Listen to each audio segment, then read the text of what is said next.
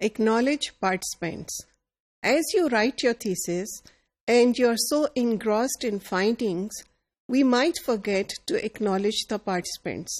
उन participants को acknowledge करना बहुत ज़रूरी होता है जिन्होंने आपको time दिया, which enabled you to do the research, and so the whole research process was based on the participation of these people.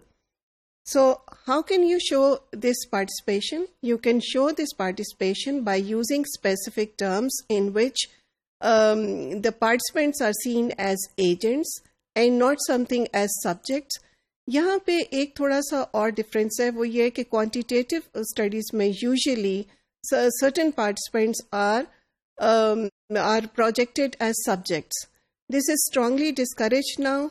और ख़ास तौर पे क्वालिटेटिव स्टडीज़ में हम उनको पार्टिसिपेंट्स कहते हैं. They are into the research process with you and it is the participants and you together who co-construct and the research study, or they help you in the interpretation.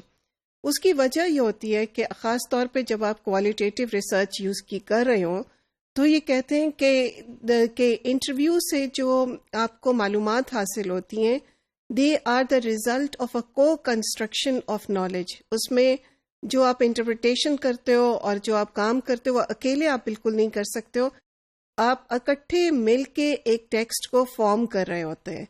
So you must acknowledge them in the acknowledgements also. You need to thank them for participating and then use some descriptive words rather than just respondents. आप कहें college students और जो भी आपका criteria है या variable है या सैम्पल है उसके मुताबिक आप उनको एज पार्टिसिपेंट्स शो करें. The use of passive voice also at times gives the feeling कि something is done to those participants.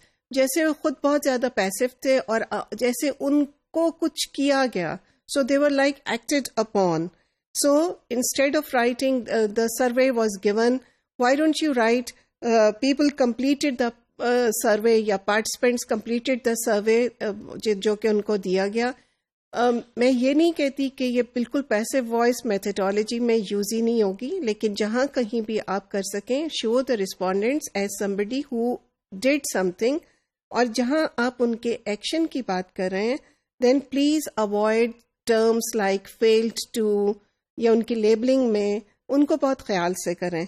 So if you for instance if you write the participants failed to complete, तो इससे एक ऐसी feeling होती है कि as if there was a personal flaw of the participants, या उसमें कोई इश्यू था या फिर वो वाकई जैसे वो काम कर नहीं सकें, इस तरह का मीनिंग इम्प्लाई होता है. और अगर आप ये कहें कि the participants did not completed, that is where the participants are projected as an agent. जैसे उन्होंने नहीं किया, ये नहीं कि वो कर नहीं सके या वो फेल हो गए.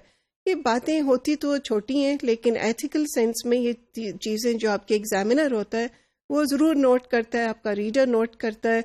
And it is important to keep this in mind as you sit down to write your thesis.